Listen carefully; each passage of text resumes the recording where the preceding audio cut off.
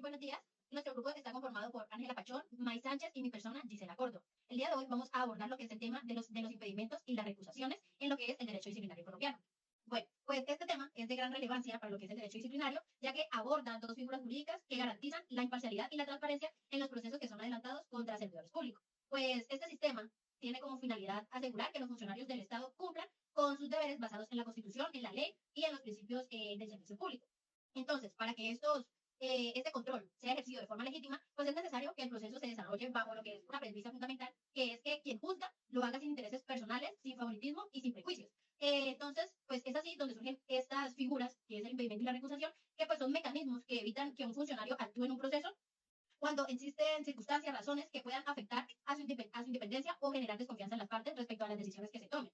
Entonces, pues estas figuras tienen fundamento constitucional en el artículo 29, que nos establece el debido proceso se aplicará a toda clase de actuaciones judiciales y administrativas, lo que nos indica que el derecho al debido proceso incluye pues el derecho a ser juzgado por un funcionario que sea imparcial y que sea competente. Lo que es el artículo 209 de la misma Constitución nos indica, nos establece que la función administrativa está al servicio de los intereses generales y se desarrolla con fundamento en los principios de igualdad, moralidad, eficacia, economía, celeridad, imparcialidad y publicidad, mediante la descentralización, la delegación y la desconcentración de funciones.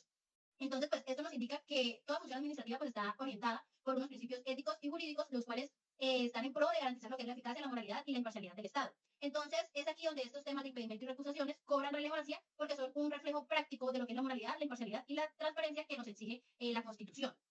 En lo que es el ámbito legal, pues los impedimentos y las recusaciones están reguladas por la Ley 1952 del 2019, conocido como el Código General Disciplinario, específicamente en el título 3 del artículo 104 al 108.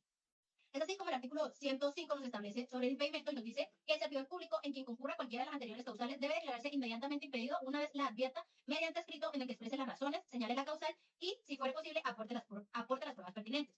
En pocas palabras nos quiere decir que todo funcionario que conozca un proceso disciplinario debe declararse impedido, o sea, que no puede llevar este proceso cuando existan causales que puedan afectar su imparcialidad. Y el artículo 106 nos establece lo que es la recusación, que nos dice que cualquiera de los sujetos procesales podrá recusar al servidor público que conozca de la actuación disciplinaria con base en las causales a que se refiere el artículo 104 de esta ley.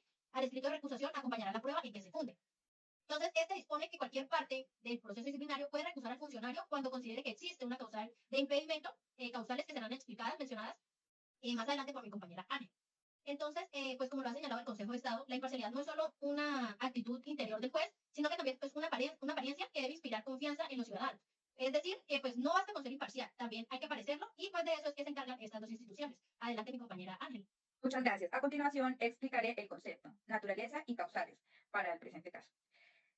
Para comprender mejor su funcionamiento, debemos diferenciar claramente qué es un impedimento y qué es una recusación. El impedimento se presenta cuando el propio funcionario reconoce que existe una situación que afecta su objetividad o independencia y por lo tanto se abstiene voluntariamente de seguir conociendo de ese proceso o de ese caso. En cambio, la recusación se origina cuando una de las partes del proceso considera que el funcionario que está a cargo de ese proceso o esa investigación está afectado por una causal de impedimento y solicita que sea separado el conocimiento del asunto. Es decir, en el impedimento, el funcionario actúa por iniciativa propia o voluntariamente. Y en el caso de la recusación, la solicitud proviene de una de las partes interesadas. Pero en ambos casos, el propósito es el mismo, que es proteger la imparcialidad del proceso y garantizar la confianza de la administración pública. Estas figuras podríamos decir que son un instrumento de control interno de la investigación disciplinaria o del proceso, que lo que hacen es asegurar una imparcialidad, que los procesos se lleven de manera objetiva, sin extralimitar el poder disciplinario. ¿Qué pasa si los impedimentos o las recusaciones no se aplican como deberían? Pues primero, el proceso disciplinario pierde validez. Eso puede generar nulidad en las actuaciones porque se estaría violando el principio de la imparcialidad y el derecho al debido proceso. Y además, el funcionario que no se declara impedido, a pesar de tener una causal, podría incluso ser investigado disciplinariamente por faltar a la transparencia de la ética de su cargo. En otras palabras, no aplicar estas figuras puede afectar la legitimidad de la decisión y la confianza de la administración pública.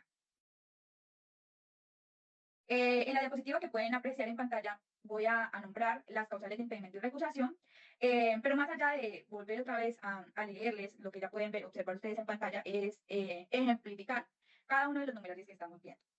Para el primer numeral, un ejemplo puede ser un funcionario que adelanta una investigación disciplinaria contra un servidor público acusado de apropiarse de recursos de un contrato donde el investigador también era contratista interesado en el mismo proyecto. Para el numeral 2, el ejemplo puede ser el jefe de control interno que previamente impuso una sanción disciplinaria, pues este no puede participar en la revisión de la misma decisión cuando ésta se apela, pues ya se emitió criterio. En el numeral 3, podríamos considerar como ejemplo una abogada de la Oficina de Control Disciplinario que está casada con un funcionario que está siendo investigado. En este caso, debe ya declararse impedida.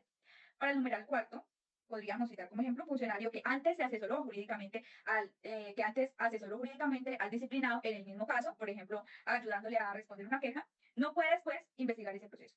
Para el numeral 5, el ejemplo podría ser el investigador es un amigo cercano al quejoso con quien comparte frecuentemente reuniones familiares o por el contrario que ya anteriormente ha tenido un altercado, un enfrentamiento personal con el investigado. En las siguientes diapositivas podemos observar de la causal 6 a la 10. Para la causal 6 podríamos citar como ejemplo el funcionario que investiga a un disciplinado fue un socio de una empresa de transporte hace por ejemplo un año. En el numeral 7 podríamos citar como ejemplo el investigador que figura en un testamento como heredero del disciplinado o que fue un curador legal en el pasado. Para el numeral 8 podríamos citar como ejemplo que el investigado había denunciado penalmente al funcionario que ahora debe investigar su caso, por lo tanto este último debe declararse impedido. Para el numeral 10, el ejemplo podría ser el investigador que le prestó dinero al disciplinado, por el contrario, tiene una deuda pendiente con él. Y por último, para el ejemplo número 10, podríamos hablar de un funcionario que, por ejemplo, el funcionario investigado no realiza ninguna actuación dentro del término legal para practicar pruebas sin justificación válida, generando, por ejemplo, un vencimiento de términos. Para el siguiente tema, que se titula Procedimiento, le cedo el uso de la palabra a mi compañero May. Gracias, compañera Ángela. Bueno, con esta diapositiva, cuando un funcionario se encuentra en una causal de impedimento, debe seguir un procedimiento específico, regulado por el artículo 107 del Código General Disciplinario, que nos dice, en el caso de impedimento, el servidor público enviará inmediatamente la actuación disciplinaria al superior, quien decidirá de plano dentro de los 3 días siguientes a la fecha de su recibo. Si acepta el impedimento, determinará a quién le corresponde el conocimiento de la diligencia. Cuando se trate de una recusación, el servidor público manifestará si acepta o no acepta la causal dentro de los 2 días siguientes, a la fecha de la formulación. Vencido el término, se seguirá el trámite señalado en el inciso anterior. La actuación disciplinaria se suspenderá desde que se manifieste el impedimento o se presente la recusación o hasta cuando se decida. Bueno, seguimos con la siguiente diapositiva, son los procedimientos del impedimento y las recusaciones. Bueno, en la primera dice que el funcionario debe manifestar por escrito y de forma inmediata su impedimento antes de realizar cualquier actuación. El segundo sería el expediente se remite al superior jerárquico para que se decida dentro de los 3 días siguientes si acepta o no acepta la causal. Si el superior acepta el impedimento, se designa otro funcionario para continuar con el proceso. Si lo rechaza, el funcionario puede seguir conociendo el caso. Mientras se decide, el proceso se suspenderá temporalmente para la imparcialidad de este garantizado desde el inicio hasta el final. Es importante restar que si un funcionario omite declarar su impedimento, a pesar de conocerlo, incurrirá en una falta gravísima, conforme al artículo 72, numeral 1 del Código General Disciplinario. Este demuestra la imparcialidad Esto demuestra la imparcialidad en una simple formalidad, sino obligación ética y jurídica. En cuanto a la recusación, sería cualquiera de las partes, el investigado, su defensor o el Ministerio Público puede presentar por escrito la recusación, debidamente motivada señalando la causal. El funcionario recusado deberá pronunciarse dentro de los 2 días siguientes aceptando o negando la causal. Si lo acepta, en el caso se enviará al superior para que designe otro funcionario para continuar en el proceso. Durante ese trámite, el funcionario recusado no puede realizar ninguna actuación dentro del proceso para evitar que en su decisión pueda ser cuestionada. Bueno, en la siguiente diapositiva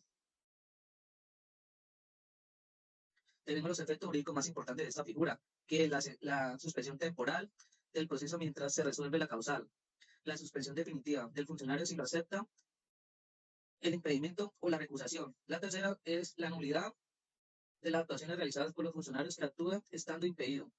En consecuencia, respetar estos procedimientos protege tanto la validez del proceso como la confianza en los ciudadanos en la justicia disciplinaria. Muchas gracias. Voy a mencionar un poco el tema de este tema, la jurisprudencia y también la doctrina que respalda el tema expuesto. En el ámbito jurisprudencial, la Corte Constitucional ya ha declarado que las reglas sobre impedimentos y recusaciones son una garantía especial de imparcialidad y de transparencia y su desconocimiento puede afectar el derecho al debido proceso. Igualmente, el Consejo de Estado ha reiterado que estas figuras materializan el principio de la moralidad pública y evitan que el ejercicio del poder disciplinario sea utilizado con fines personales o con fines políticos. Desde el punto de vista doctrinal, autores como Carlos Arturo Ramírez Barrera sostienen que el impedimento y la recusación no son solo instrumentos procesales, sino también expresiones éticas de la función pública, ya que el servidor disciplinado actúa en representación de un interés general y no de un interés particular, por ende debe conservar su integridad moral. En conclusión, podríamos entonces decir que tanto la jurisprudencia como la doctrina tienen una coincidencia, y es que los impedimentos y las recusaciones constituyen en sí unos pilares del sistema disciplinario, al proteger la independencia, la legalidad, la transparencia, la confianza del ciudadano en las decisiones del Estado. Su aplicación oportuna no solo garantiza un respeto al debido proceso y a la parte procesal, sino también a este interés general que refuerza la ética y la legitimidad del ejercicio de la función pública. Bueno, ya que mi compañero Mike les habló del procedimiento del artículo 107 del Código General Disciplinario, yo les voy a hablar del artículo 108 que nos establece el impedimento y la recusación del Procurador General de la Nación. Pues esta norma establece que si el Procurador General se declara impedido o acepta una recusación, es el Viceprocurador General quien asumirá el conocimiento del proceso disciplinario. Siguiente diapositiva, por favor. En el caso de que no se acepte la causal de recusación, pues se remite el expediente a la consulta a la sala de consulta y servicio civil del Consejo de Estado en un término de 5 días hábiles para que sea la sala, esta sala mencionada, la que decida si la causal está fundada o es infundada. Si el Consejo de Estado declara infundada esta recusación, pues la actuación lo que hace es devolverse al despacho del Procurador General, pero si por el contrario la declara infundada, lo que va a hacer es que pasará al Viceprocurador General de la Nación. Entonces, pues esto lo que demuestra es que los controles de imparcialidad pues también se aplican en las más altas jerarquías, garantizando pues que hasta el máximo representante disciplinario del país pues también está sometido a las mismas reglas de lo que es la ética, la transparencia y la independencia. Entonces, pues, en conclusión de toda la temática que hemos abordado el día de hoy, pues los impedimentos y las recusaciones son esas figuras esenciales dentro del derecho disciplinario que aseguran la imparcialidad, la objetividad y la legitimidad de las decisiones. Pues son estas figuras o instituciones las que reflejan la idea de que no puede haber una justicia si no hay imparcialidad. No puede haber sanción válida si la persona que la impone tiene un interés personal en el resultado. También pues contribuye a consolidar lo que son los principios del Estado Social de Derecho, donde pues desde el poder público debe ejercerse con unos principios de responsabilidad, transparencia y ética. Entonces, pues aplicar correctamente estas figuras de impedimento y recusación no protegen solo a las partes, sino que fortalece lo que es la credibilidad a la justicia disciplinaria y la confianza que los ciudadanos ponen ante las instituciones públicas. Entonces, pues este ha sido todo el tema que vamos a abordar de impedimento y recusaciones. Muchas gracias por la atención prestada, compañeros. Hasta luego. Hasta luego.